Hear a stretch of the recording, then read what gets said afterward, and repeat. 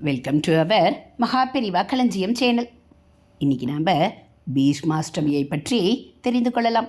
பீஷ்மர் அம்பு படுக்கையில் படுத்துக்கொண்டு உத்தராயண புண்ணிய காலத்தில் உயிர் பிரிய வேண்டும் என்று காத்திருந்தார். ஆனால் அப்புண்ணிய காலம் வந்தும் அவர் உயிர் பிரியவில்லை. தான் விரும்பியது போல ஏன் இன்னும் மரணம் ஏற்படவில்லை?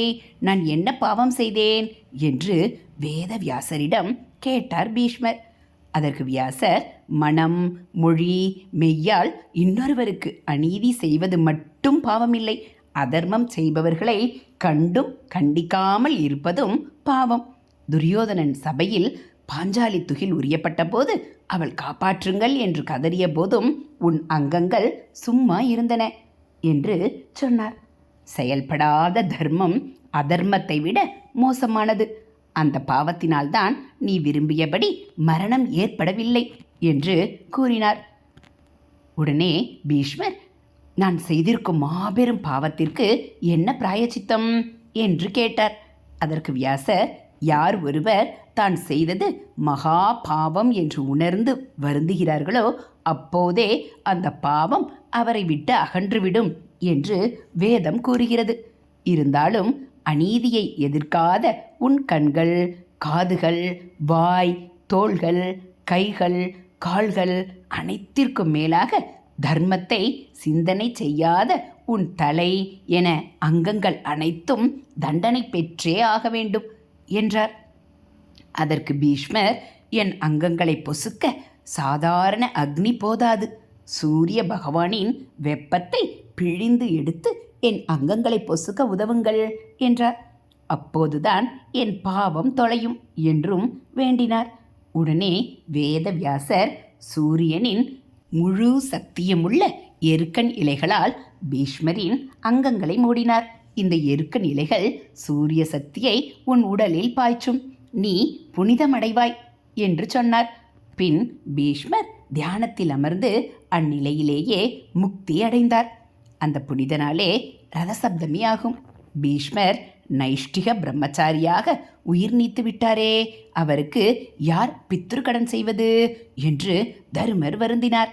அதற்கு வியாசர், ஒழுக்கம் தவறாத நேர்மையான பிரம்மச்சாரிக்கும் பரிபூர்ண தூய்மை உள்ள துறவிக்கும் நீத்தார் கடன் என்பது அவசியமே இல்லை, அவர்கள் நற்கதியையே அடைவார்கள் என்று கூறினார்.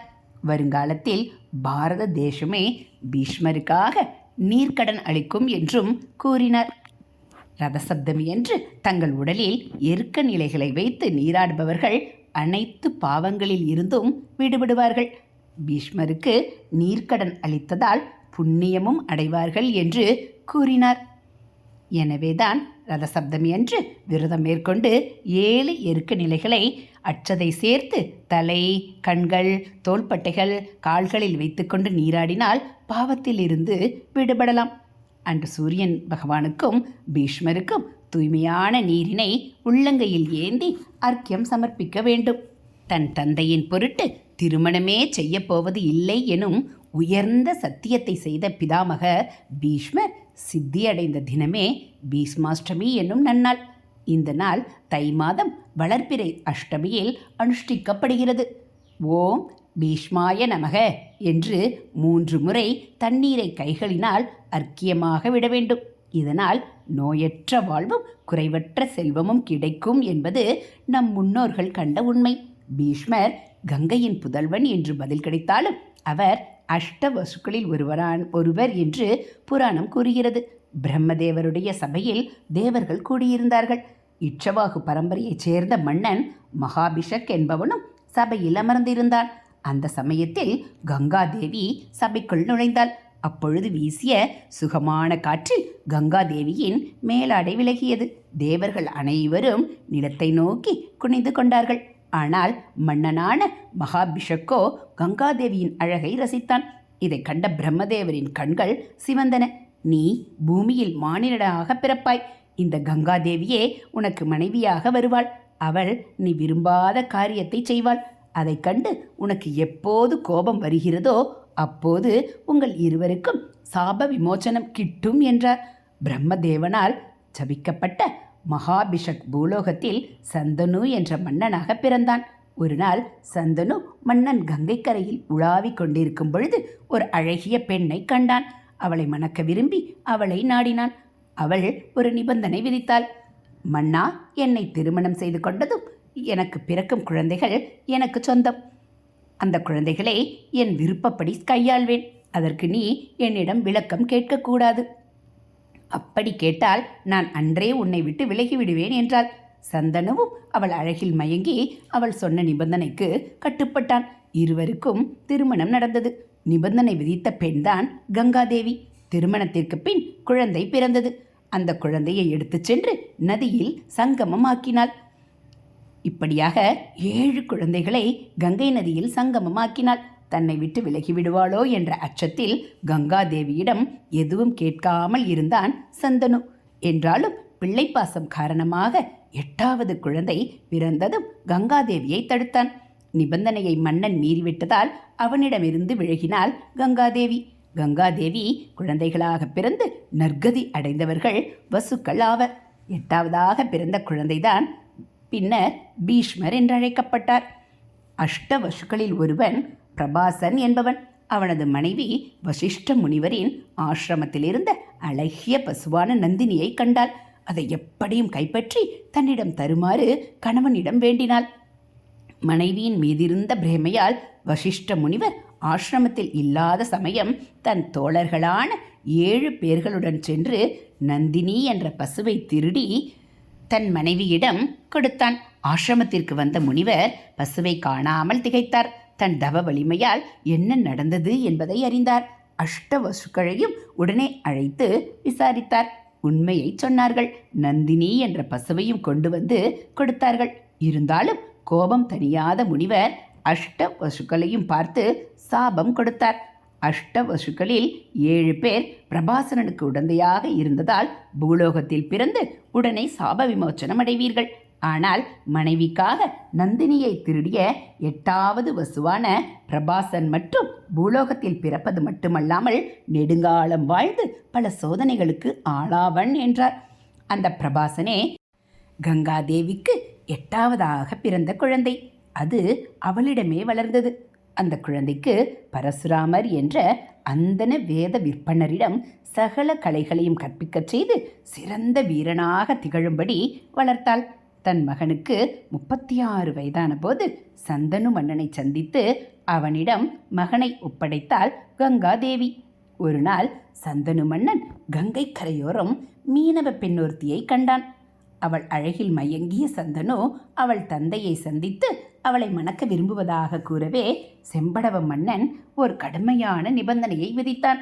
என் மகளுக்கும் உமக்கும் திருமணம் நடைபெற வேண்டுமென்றால் உங்கள் மைந்தனுக்கு எக்காரணத்தை கொண்டும் ராஜ்யத்தை ஆளும் அதிகாரத்தை கொடுக்கக்கூடாது. என் மகள் வயிற்றில் பிறக்கும் குழந்தைதான் வருங்காலத்தில் அரச பட்டம் சூட்டப்பெற்று அரசாள வேண்டும். இதற்கு சம்மதமானால் திருமணம் நடைபெறும் என்று கூறினான். இந்த பதிலை எதிர்பாராத சந்தனு மிகவும் கவலை கொண்டான். செம்படவ மன்னன் மகளான சத்தியவதியை நினைத்து சோர்வடைந்து மெலிந்தான். தன் தந்தையின் நிலையை அறிந்த கங்கையின் மைந்தன் செம்படவ மன்னனை சந்தித்தான்.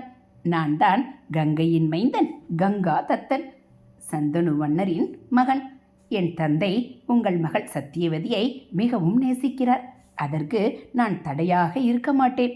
உங்கள் நிபந்தனைப்படி உங்கள் பேரன் வருங்காலத்தில் பட்டாபிஷேகம் செய்து கொண்டு அரசாட்சி செய்யலாம் என்றார். நான் அரச வாழ்க்கையிலிருந்து விலகிப் போகிறேன். அது மட்டுமல்ல, நான் என்றும் சுத்த பிரம்மச்சாரியாகவே இருப்பேன். எந்த பெண்ணையும் ஏறெடுத்தும் பார்க்க மாட்டேன். இது என் தாய் கங்காதேவியின் மேல் சத்தியம் என்று வாக்குறுதி கொடுத்தான். அப்போது பீஷ்ம என்று கங்கையின் மைந்தன் மேல் தேவர்கள் மலர்மலை பொழிந்தார்கள். பீஷ்மர் என்றால் கடுமையான விரதத்தை மேற்கொள்பவன் என்பது பொருள். இதற்கு பிறகுதான் கங்கையின் மைந்தனான கங்காதத்தனை பீஷ்மர் என்று எல்லோரும் அழைத்தார்கள். சந்தனுவிற்கும் செம்படவ மன்னன் மகள் சத்தியவதிக்கும் திருமணம் நடந்தது. அவர்களுக்கு 3 ஆண் குழந்தைகள் பிறந்தன. வருடங்கள் பல கடந்தன. சந்தனு மன்னன் காலமானான். சந்தனுவின் மறைவிற்கு பிறகு சந்தனுவிற்கும் சத்தியவதிற்கும் பிறந்த மூத்த மகன் சித்ராங்கதனுக்கு பட்டாபிஷேகம் செய்து வைத்தார் பீஷ்மர். அவன் போர் ஒன்றில் மரணமடையவே இரண்டாவது மகன் விசித்திர வீரியனுக்கு பட்டாபிஷேகம் செய்து வைத்தார். அவனுக்கு திருமணம் செய்து வைக்க பீஷ்மர் முயற்சிக்கையில் காசி மன்னனின் 3 மகள்களுக்கு சுயம்வரம் ஏற்பாடாகி இருந்தது. அந்த 3 பெண்களையும் பீஷ்மர் கடத்தி கொண்டு வந்தார். அதில் 2 விசித்திர வீரியனை மணந்து கொண்டார்கள். மூத்தவளான அம்பை என்பவள் தான் சால்வன் என்ற மன்னனை விரும்புவதாகவும் அவனை மணக்கச் செல்கிறேன் என்று பீஷ்மரிடம் விடை பெற்று சென்றாள். அவனோ அவளை ஏற்க மறுத்துவிட்டதால் பீஷ்மரிடம் திரும்பி வந்து, நான் கடத்தப்பட்டவள் என்பதால் என்னை சால்வன் மணக்க மறுத்துவிட்டான் என்று வருந்தினாள். பீஷ்மர் அவளுக்கு ஆறுதல் சொன்னார். அப்போது அவள் மனதில் பீஷ்மரையே மணந்து கொண்டால் என்ன என்ற எண்ணம் எழுந்தது. தன் விருப்பத்தை சொன்னாள் அம்பை. பீஷ்மரோ தான் சுத்த பிரம்மச்சாரி என்று சத்தியம் தவறமாட்டேன் என்றும் சொன்னதுடன் உனக்கு ஏற்றவனை திருமணம் செய்து வைக்கிறேன் என்று கூறினார். அவளோ அவரையே மணப்பேன் என்று உறுதியாக இருந்தாள். பீஷ்மரின் குருநாதரான பரசுராமர் சொன்னால் பீஷ்மர் கேட்பார் என்று நினைத்த அம்பை பரசுராமரிடம் சென்று விஷயத்தை கூறினாள். பரசுராமனும் ஆவன செய்வதாக வாக்குறுதி அளித்து பீஷ்மரை சந்திக்க புறப்பட்டார். பரசுராமர் சொன்னபோதும் பீஷ்மர் ஏற்கவில்லை. எனவே இருவருக்கும் பகை ஏற்பட்டது. அதன் விளைவால் இருவருக்கும் போரும் ஆரம்பமானது. 23 நாட்கள் போர் நடந்தது. பரசுராமரால் பீஷ்மரை வெல்ல முடியவில்லை. இந்த போரை கண்ட நாரதர் பரசுராமரிடம், குருவானவர் அந்தனர் போர் செய்வது தர்மப்படி நியதியில்லை, போரை தவிர்க்கவும், சத்திரியர்களே போருக்கு தகுந்தவர்கள் என்று சமாதானம் கூறி போரை நிறுத்தினார். பின்னர் அம்பையை சந்தித்த பரசுராமர் தன் நிலையை கூறினார். என்னை மணக்க மறுத்த பீஷ்மரை எப்படியும் நானே கொள்வேன் என்று சபதமிட்ட அம்பை தன்னை மாய்த்து கொண்டாள். மறுபிறவியில் அம்பை துருபதன் என்ற மன்னனுக்கு மகளாக பிறந்தாள். அவள் வளர்த்துவிட்ட நிலையில் அவள் பிறவி காரணத்தை அறிந்து கொண்ட துருபதன் பீஷ்மரின் பகைக்கு அஞ்சி அவளை காட்டுக்கு அனுப்பினான். அரண்மனையிலிருந்து வெளியேறிய அவள் பெயர் சிகண்டினி. சிகண்டினி எப்படியும் பீஷ்மரை கொல்ல வேண்டும் என்ற வைராகியத்துடன் இருந்தாள். பீஷ்மரை பற்றிய முழு விவரங்களையும் சேகரித்தாள். சுத்த வீரனுடன் போர் புரிவாரேயன்றி அவர் எதிரே பெண்ணோ அழியோ வந்தால் போர் புரிய மாட்டார் என்பதை அறிந்த அம்பையான சிகண்டினி ஸ்தூணன் என்ற கந்தர்வன் உதவியால் ஆணாக மாறினாள். இப்பொழுது இவள் பெயர் சிகண்டி. ஒரு திருநங்கையராக திகழ்ந்தார். ஆணாக மாறிய சிகண்டி தன் தந்தையை சந்தித்து, இனி பீஷ்மரை கண்டு பயப்பட வேண்டாம், அவரை எப்படியும் கொள்வேன் அல்லது அவர் மரணத்திற்கு காரணமாக நான் திகழ்வேன் என்று சபதமிட்டான். துருபதன் செய்வதறியாது கவலைப்பட்டான். பஞ்ச பாண்டவர்களுக்கும் கௌரவர்களுக்கும் போர் மூளும் நிலை ஏற்பட்டது. விதிவசத்தால் பீஷ்மர் துரியோதனன் பக்கம் இருந்தார். துரியோதனன் படைகளுக்கு தலைமை தாங்கிய பீஷ்மர் போர் முனையில் அர்ஜுனனை சந்திக்கும் நிலை ஏற்பட்டது. பீஷ்மரை கொல்ல தக்க சமயத்தை எதிர்பார்த்த சிகண்டி போர் முனைக்கு வந்தான். சுத்த வீரனுடன் தான் போர் புரிவேன் என்ற கொள்கையுடைய பீஷ்மரின் முன் வந்து பீஷ்மருக்கு சவால் விட்டான். ஆணுமில்லாமல் பெண்ணுமில்லாமல் காட்சி தந்த சிகண்டியுடன் போர் புரிய விருப்பமில்லாத பீஷ்மர் தயங்கினார்.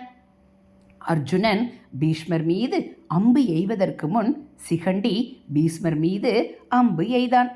அர்ஜுனன் சிகண்டியை முன்னிறுத்தி போர் புரிகிறான் என்பதை அறிந்த பீஷ்மர் சிகண்டி எய்த அம்பினை இடது கையால் பிடித்து முறித்து எறிந்தார். அப்போது அர்ஜுனன் பீஷ்மர் மீது சரமாரியாக அம்புகளை எய்தான். அந்த அம்புகளால் துளைக்கப்பட்ட பீஷ்மர் கீழே சாய்ந்தார். ஆனால் பூமியில் விழாமல் அந்த அம்புகள் படுக்கையாக பூமியில் பதிந்து பீஷ்மரை தாங்கின. ஆனால் உயிர் பிரியவில்லை. தான் விரும்பிய நேரத்தில் முக்தி அடையலாம் என்ற வரத்தின்படி உத்தராயண புண்ணிய காலத்திற்காக காத்திருந்தார் பீஷ்மர். உத்தராயண காலமும் வந்தது. ஆனால் பீஷ்மரின் உயிர் அவர் விரும்பியது போல பிரியாததால் அவஸ்தைக்குள்ளானார். காரணம் என்ன என்று புரியாமல் தவித்துக் கொண்டிருந்தார். உத்தராயண காலத்தில் உயிர் பிரிந்தால் எந்த தடையுமின்றி சொர்க்கம் போகலாம் என்பது சாஸ்திரம் சொல்லும் விதியாகும். அனைவரும் வந்து அவரை தரிசித்து விட்டு சென்றார்கள். பஞ்ச பாண்டவர்களும் பகவான் கிருஷ்ணரும் வந்திருந்தார்கள். பீஷ்மர் யார் மீதும் கோபப்படவில்லை. அனைவருக்கும் இறக்கும் நிலையிலும் போதனைகள் பல கூறினார். அதில் ஒன்றுதான் விஷ்ணு சகஸ்ரநாமம். தான் விரும்பியது போல மரணம் ஏற்படவில்லையே, ஏன் என மனதிற்குள் கேள்விகள் கேட்டுக்கொண்டிருந்தார். அப்போது அங்கே வந்தார் வேதவியாசர். வியாசரை கண்டதும் அவரிடம் பீஷ்மர், நான் என்ன பாவம் செய்தேன்? நான் விரும்பியபடி ஏன் இன்னும் என் உயிர் போகவில்லை என்று வருந்தினார். அதற்கு வியாசர், பீஷ்மரே, ஒருவர் தன் மனம், மொழி, மெய்யால் இன்னொருவருக்கு தீமை, அநீதிகளை தடுக்காமல் இருப்பதும் செயலற்றவர் போல் காட்சி தருவதும் கூட பாவம்தான். அதற்கான தண்டனையையும் அவர் அனுபவித்தே ஆக வேண்டும் என்பது விதியாகும். அந்த வகையில்தான் இப்போது தண்டனையை அனுபவித்துக் கொண்டிருக்கிறீர்கள். உடல் அளவில் அவஸ்தைப்பட்டாலும் அதைவிட உள்ளம் படும் பாடும் அந்த வேதனையை பெரும் தண்டனைதான் என்றார். பீஷ்மருக்கு வேதவியாசர் சொன்ன உண்மை புரிந்தது. துரியோதனன் அவையில் பாஞ்சாலியை துச்சாதனன் துகிலுறிந்த போது அந்த அவையில் இருந்த யாருமே அவளுக்கு உதவ முன்வரவில்லை. இது அநீதி என்று குரல் கொடுக்கவில்லை. அந்த அவையில் பீஷ்மரும் இருந்தார். ஒரு மாபெரும் அநியாயம் நடந்தும் அதை தடுக்கக்கூடிய நிலையில் இருந்தும் அதை தடுக்காமல் போனதன் காரணமாகத்தான் இப்போது அம்பு படுக்கையில் உயிர் பிரியாமல் தவிப்பதை உணர்ந்தார் பீஷ்மர். வேதனைப்பட்ட பீஷ்மர் வியாசரிடம் இதற்கு என்ன பிராயச்சித்தம் என்று கேட்டார். யாரொருவர் தான் செய்தது மகா பாவம் என்று உணர்ந்து வருந்துகிறார்களோ அப்போது அந்த பாவம் அகன்றுவிடும் என்று வேதம் கூறுகிறது. எனவே பீஷ்மர், நீ எப்போது உன் பாவத்தை உணர்ந்தாயோ அப்போதே அது உன்னிடமிருந்து அகன்றுவிட்டது. இருந்தாலும் திரௌபதி, கண்ணா, என்னை காப்பாற்ற மாட்டாயா என்று துரியோதனன் அவையில் கதறிய போது கேட்கும் திறன் இருந்தும் அதை கேளாமல் இருந்த உன் செவிகள், கூர்மையான பார்வை இருந்தும் பார்த்தும் பாராதது போல் இருந்த உன் கண்கள், நீ சொன்னால் அனைவரும் கேட்பார்கள் என்ற நிலையிலும் தட்டி கேட்காத உன் வாய், உன்னிடமிருந்த அளப்பரிய தோல் வலிமையை சரியான நேரத்தில் உபயோகிக்காமல் இருந்த உன் வலுவான தோள்கள், வாளை எடுத்து எச்சரிக்கை விடாத உன் உறுதியான இரு கைகள், ஆரோக்கியமுடன் அமர்ந்திருந்த போதும் இருக்கையிலிருந்து எழாமல் இருந்த உன் இரு கால்கள், நல்லது எது கெட்டது எது என்று யோசிக்காத உன் புத்தி, இருக்குமிடமான உன் தலை ஆகியவற்றுக்கும் தண்டனை கிடைத்தே தீர வேண்டும் என்பது விதி என்றார். அப்படியென்றால் என்னுடைய இந்த அங்கங்களையும் பொசுக்கக்கூடிய வல்லமை படைத்தவர் அந்த சூரியன்தான். சாதாரண அக்னியின் சூடு போதாது, என் அங்கங்களை தீக்க சூரிய சக்தியை பிழிந்து தாருங்கள் என்று தன்னிலை உணர்ந்து வேதவியாசரிடம் வேண்டினார் பீஷ்மர். உடனே வேதவியாசர் முன்கூட்டியே கொண்டு வந்திருந்த எருக்கன் இலைகளை பீஷ்மரிடம் காண்பித்து, பீஷ்மா, இந்த எருக்கன் இலைகள் சூரியனுக்கு உகந்தது. இதன் பெயர் அர்க்கபத்திரம். அர்க்கம் என்றால் சூரியன் என்றே பொருள். சூரியனின் முழு சக்தியும் இதில் உள்ளது. ஆகவே இந்த இலைகளால் உன்னுடைய அங்கங்களை அலங்கரிக்கப் போகிறேன். அவை உன்னை புனிதப்படுத்தும் என்றவர் அதன்படி பீஷ்மரின் அங்கங்களை எருக்கன் இலைகளால் அலங்கரித்தார். அதன் பிறகு கொஞ்சம் கொஞ்சமாக மன அமைதியடைந்தார் பீஷ்மர். அப்படியே தியானத்தில் ஆழ்ந்தார்.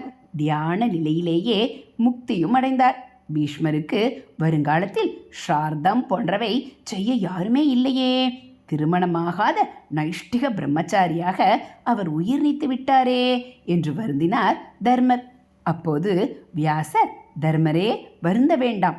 ஒழுக்கம் தவறாத நேர்மையான பிரம்மச்சாரிக்கும் தூய்மையான துறவிக்கும் பிதுர்க்கடன் என்பது அவசியமே இல்லை.